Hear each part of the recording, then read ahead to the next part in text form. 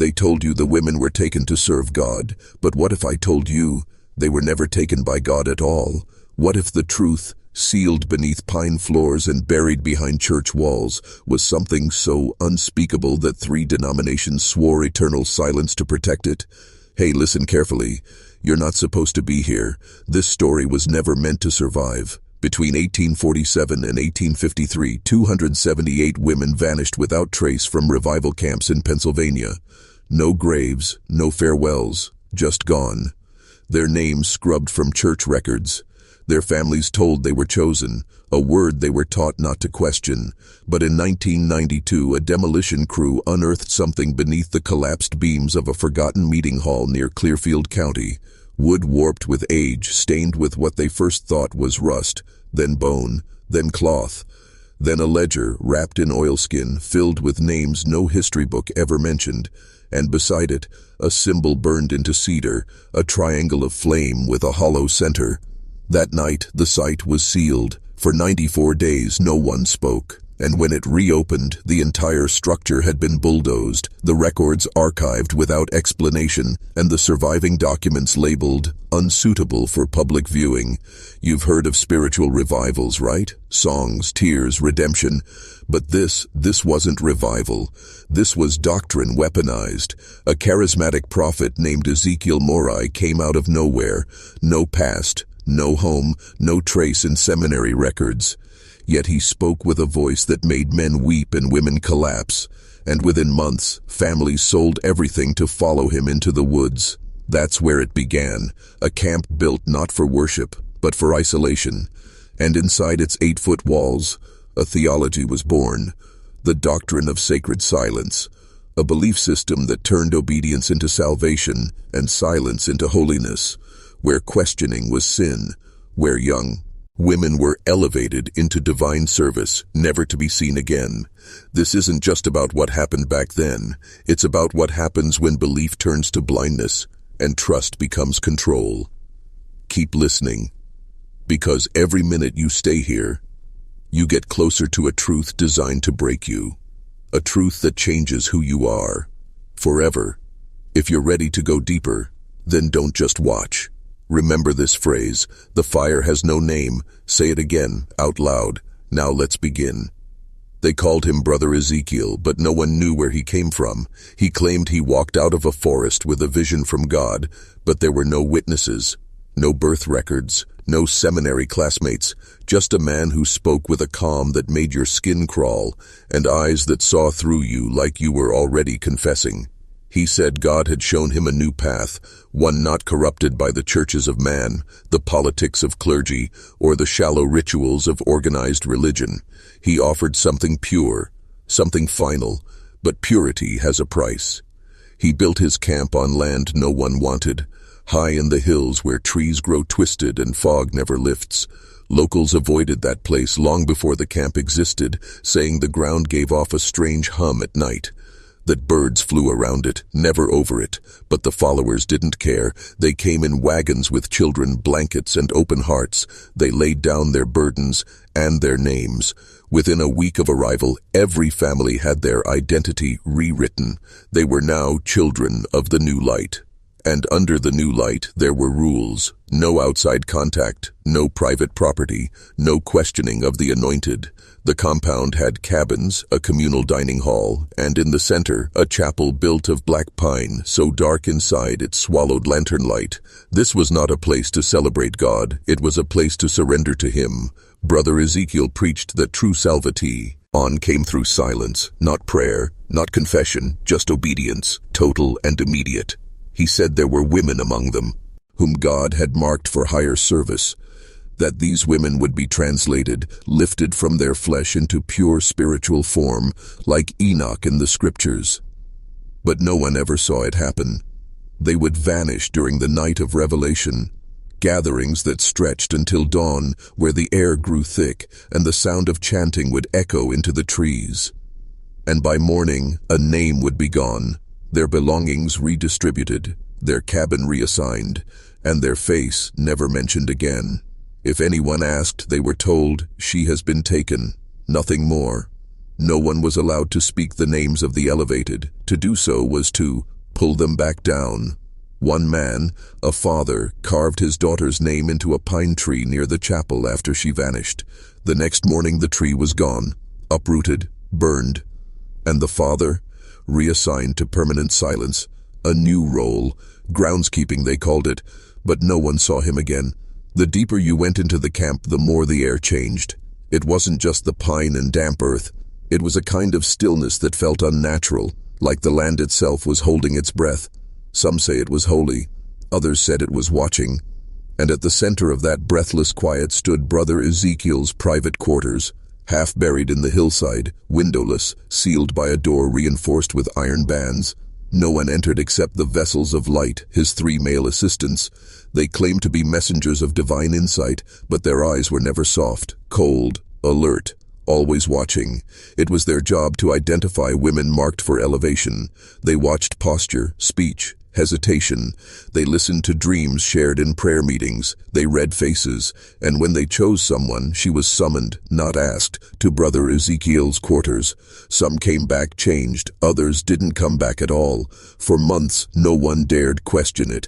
Doubt, they were told, was the language of the enemy, and punishment for doubt wasn't fire or lash, it was silence, absolute social and spiritual erasure. But there was one woman who refused to forget. Her name was Martha Brennan. She was older than most, a widow with nothing left to lose.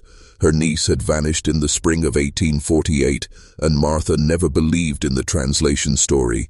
She began to notice patterns, how each elevation occurred after private meetings with the vessels, how none of the chosen women were ever over 40, how their departures always coincided with nights when the chapel doors stayed shut hours after services ended, and strange smells lingered in the air at dawn.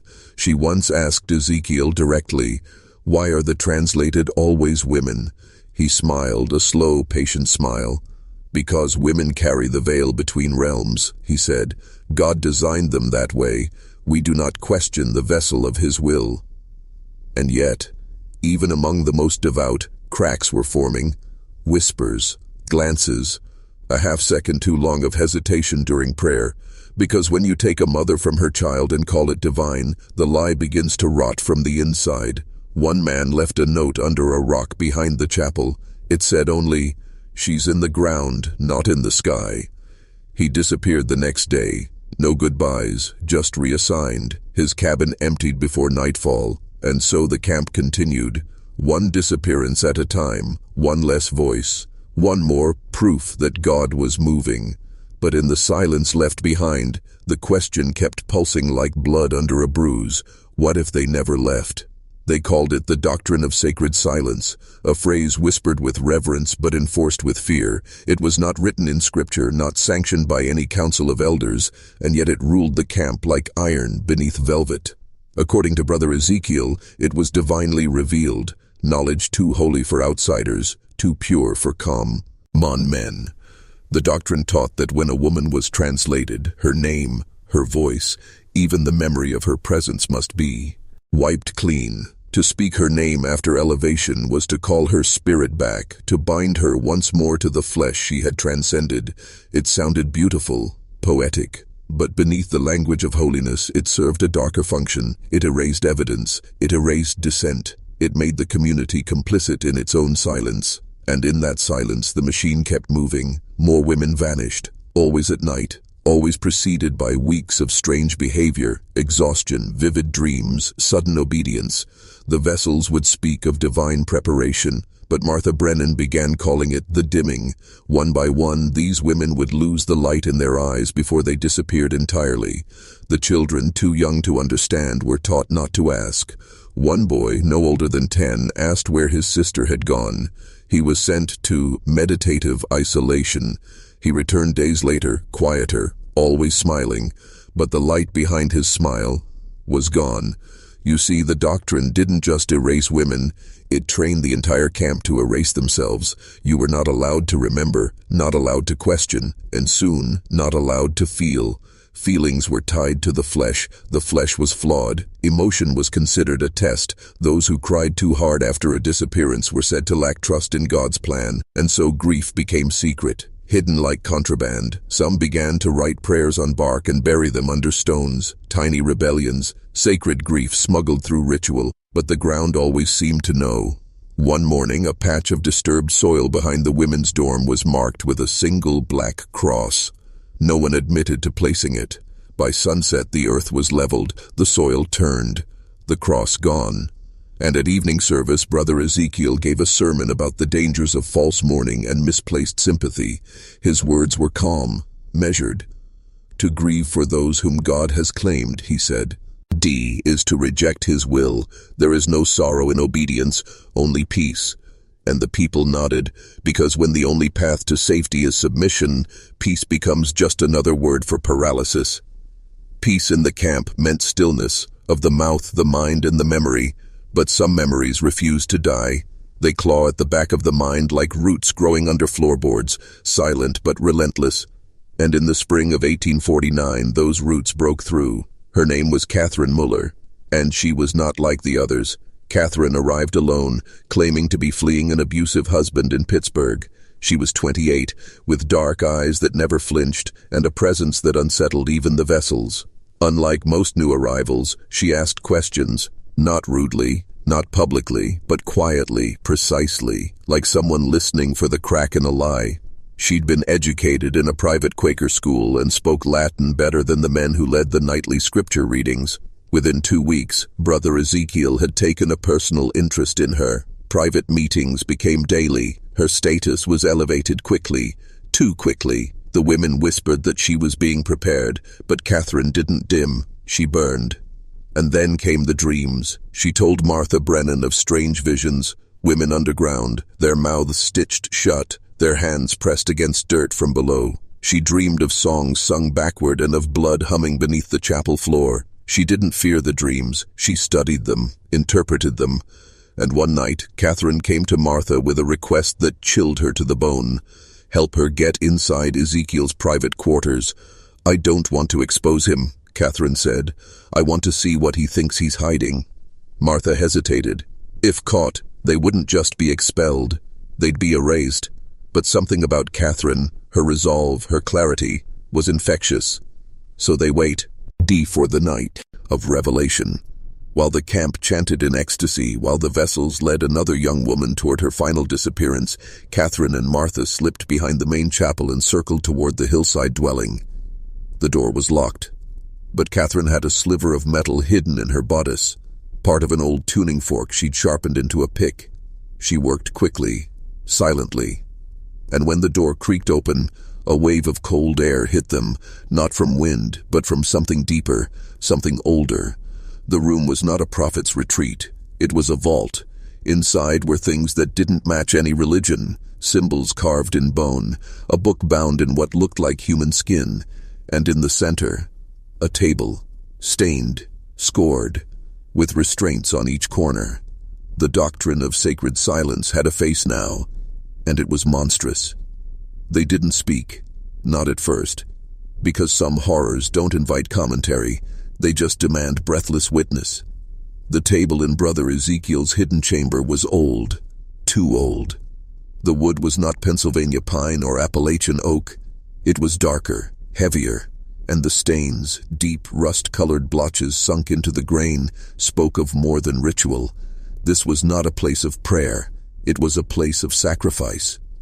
Catherine moved like a woman possessed by clarity. She didn't tremble. She didn't hesitate.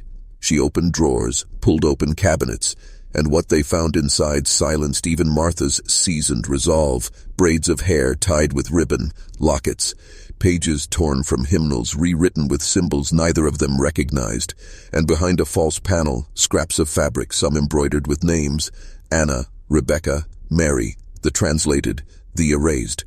But it wasn't until Catherine opened the book that Martha understood the scale of what they were dealing with. It was massive, almost ceremonial, its cover leathered, cracked, and warm to the touch. Inside, the pages were filled with strange diagrams, not words, not scripture, patterns that looked like eyes within triangles, roots entangling human forms, circles drawn around women's silhouettes with arrows pointing upward. The title on the first page, written in careful script, was chilling. The Ascension Map. Below it a phrase repeated again and again in ink that bled through the paper. The flesh is the lock. The spirit is the key. Obedience breaks the door. This wasn't theology. It was engineering. Ritualized, rehearsed, perfected. They weren't translating women. They were breaking them, using their faith to fracture the mind, to erase identity, to hollow the soul for something else to enter. That's when they heard it. Footsteps. Slow, heavy, measured. Catherine blew out their lantern, plunged them into blackness, and pulled Martha behind a curtain. The footsteps paused at the threshold. Then a voice, low, calm, familiar, began to hum. Not a hymn, a lullaby. A child's lullaby, one that Martha had heard a mother sing before her daughter vanished. Ezekiel. He stood there for nearly 5 minutes, humming in the dark. Then he spoke a single phrase that neither woman could forget. The veil is thin tonight. They're listening, even now.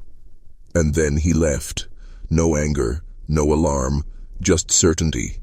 That's when Martha realized something deeper. He hadn't caught them. He didn't need to, because whatever power he served, it already knew.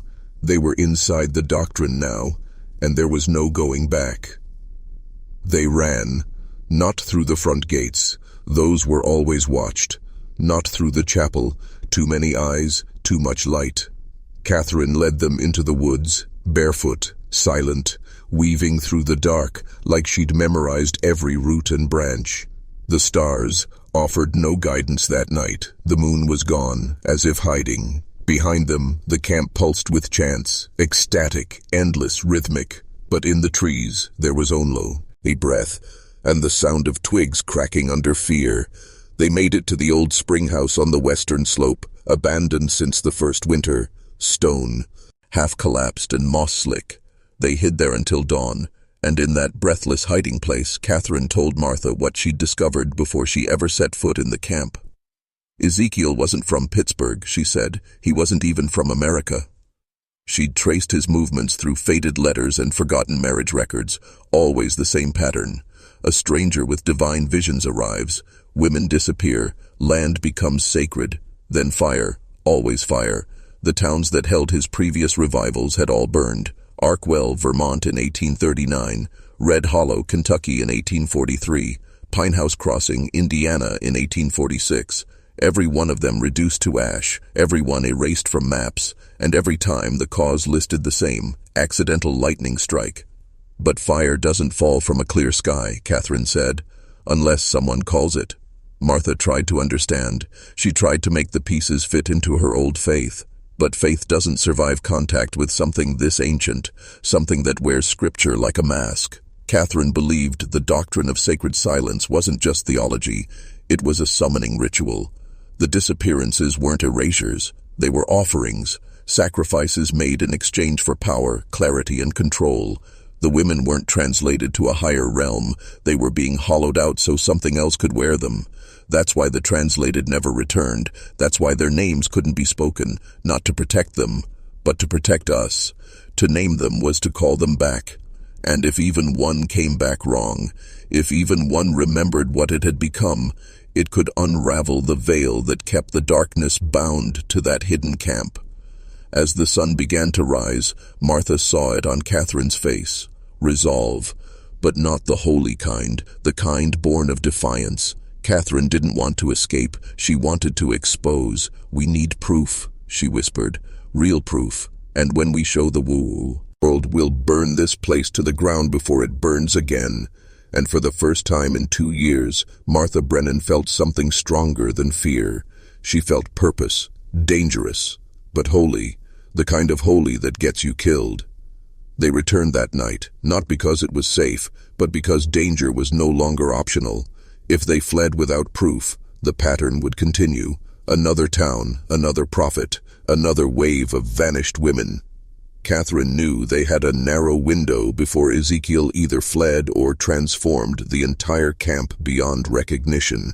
The evidence in his chamber was enough to raise suspicion, but not enough to bring outside law. There were no bodies, no witnesses who would speak, and even if someone listened, what could they say? That a man was hollowing souls with ancient chants and feeding them to something that lived behind the veil. No court would hear it. But there was one place no doctrine could cleanse: the spring well. Beneath the chapel ran an aquifer, the original reason the camp had settled there. The water was pure, cold, unnaturally cold, even in midsummer. The old texts called it God's mouth. Catherine believed it was something else, a gate, and she believed the final phase of the ritual, whatever Ezekiel had been preparing, would require that well. So they watched, from the tree line, for 3 nights. On the third, just before midnight, they saw it, a procession, hooded, silent, Ezekiel at the center, dressed in white, leading a woman, barefoot, dazed, humming that same backwards lullaby. Her name had been Joanna, a teacher, a mother. Now she was vacant, her eyes open, but seeing nothing. The procession stopped at the edge of the well, and Ezekiel began to speak, not English, not Latin, but something older, wetter, like stones being ground into mud. As the chant rose, the woman stepped forward and placed both hands on the edge of the stone. "Nay." Catherine gripped Martha's arm. "Now," she whispered. They moved, fast, down the hill, through the grass, shadows in moonlight. Catherine had no weapon, just a single vial she'd carried for months, filled with quicklime and ash. She'd made it from herbs gathered in secret, a folk remedy she claimed could disrupt the trance. She threw it into the air above the woman's head. The dust burst in pale light, and for a moment everything stopped. Joanna screamed, a sound that split the forest. The chant broke. The procession stumbled. Ezekiel turned, and in that moment, Martha saw his face clearly. It wasn't rage, it wasn't fear, it was disappointment, as if a child had broken a toy too early. He raised one hand, fingers twisted in a sign that hurt to look at. But before he could speak, Joanna lunged, not at him, but into the well. Head first, gone, silent. The procession scattered, the forest howled, and Catherine collapsed. She didn't cry, she didn't scream, she just looked at Martha and said, she was already gone. That wasn't her. The next morning the camp was silent, no sermons, no meals, no bells, and Ezekiel, gone, his chambers burned, his books ash, but not before Catherine had taken something from them, a single page, a map, and on that map, 6 more locations marked with the symbol of the eye inside the root. Whatever this was, it wasn't finished, not yet. They left that same night, not as fugitives but as witnesses, walking through the woods with blistered feet and raw lungs, carrying nothing but a torn page and a memory that would rot anything it touched. Martha didn't speak for hours. Catherine, pale and trembling, walked as if haunted by something that hadn't stopped following them. When they reached the rail depot in Cumberland, they looked like war refugees, mud-streaked, barefoot, and wide-eyed.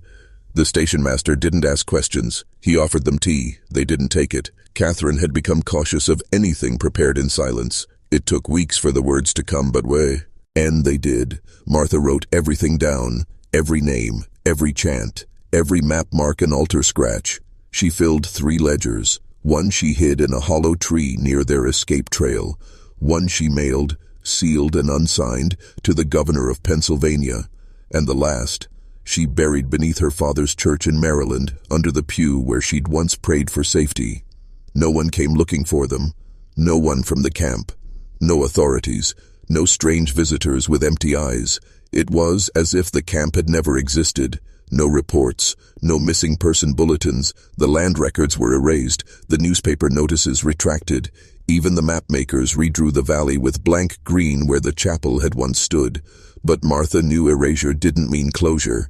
In 1853, Catherine sent a letter from Kansas Territory. She was following another mark, another town with hymns that didn't match scripture and a preacher who spoke with Ezekiel's cadence. She warned Martha not to come. Not yet. "I think it moves through people like a current," she wrote. "It doesn't need Ezekiel. It just needs a voice and silence to grow in." The next year, Catherine vanished. Her boarding house caught fire on a windless night. The official cause, faulty lantern. No body recovered. Martha went on. She married, had a son, but she never stopped watching. And when her boy began humming a tune in reverse one summer, one she'd never taught him, she left everything behind and moved to Maine. She changed their names, burned the old ledgers, except one page, the map. She carried it in her apron pocket until the day she died. In 1912, a minister renovating the old springhouse ruins in that forgotten valley uncovered a stone plaque, weathered, unmarked, but carved with something unmistakable, a root spiraling into an open eye. It was chiseled clean, dumped in a nearby ravine. And when a young historian from Boston asked the minister what he'd seen, the man answered only this: "Some silence isn't peace, it's warning." And when the historian laughed and asked what that meant, the minister just shook his head and said, "The girls who go missing aren't the tragedy, it's the ones who come back." By the time that historian, Edwin Lowe, published his brief paper on pre-Gothic symbolism in Appalachian devotion, no one remembered the name Ezekiel. The camp wasn't listed in any records. The valley had no roads, no church, no trace. Just soil too cold for crops and a silence too thick for birdsong. Edwin's findings were ignored, dismissed as superstition wrapped in local myth, but one archivist in Charleston sent him a letter, handwritten, no return address. It contained only a single question: "Did you find the well?" There was no signature, but the paper smelled faintly of rosemary and wood ash. Edwin didn't respond. He never published again, retired at 32, moved north. And yet, in his private journals, discovered by his granddaughter in 1974, he described a series of recurring dreams that began the night after he handled the plaque. In each dream, he was standing at the base of a well, looking up. The sky above him was a circle of bone-white light, and voices whispered from behind the stones, whispering in a language he could never quite remember upon waking. The dreams never stopped. When he died, his final note, scrawled in the margins of his journal, read only, "The door is still open." His granddaughter, Margaret Lowe, became a historian herself, but not of symbols, of people. She tracked the lineages of women who vanished in those early revivals, not just in Appalachia, but in Mississippi, the Ozarks, and up into Ontario. The names changed, but the pattern held: silence, transformation, disappearance.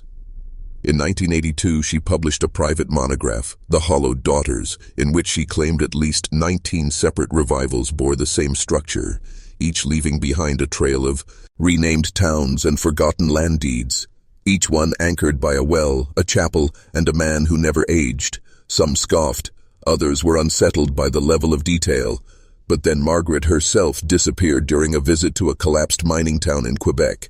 Her car was found outside an abandoned church, engine cold, doors open, no footprints in the snow, and inside the chapel, carved into the altar, was the old phrase again: "The flesh is the lock, the spirit is the key, obedience breaks the door." That's when the story began to pass underground again, not through books but whispers, across dormitories, among field researchers, in late-night lectures where someone would inevitably ask, "Have you heard of the doctrine of sacred silence?" Most would laugh, but the ones who didn't, they'd ask where the well had gone. Some believed it was sealed in concrete during a dam project in 1931. Others said it was swallowed by a landslide. A few insisted it never mattered where the well was, because once opened, the veil could thin anywhere, where people gather in silence, waiting to be told who they are. But the oldest warnings, passed down from those who remembered Martha, Catherine, and the night the chant broke, say something else. The well isn't a place, it's a pattern, and once you've heard the hymn backward, you never stop listening, not really. And that's why, if you ever find yourself in an old chapel where the doors don't open from the inside, and someone asks you to repeat after them a prayer you've never seen in any book, don't.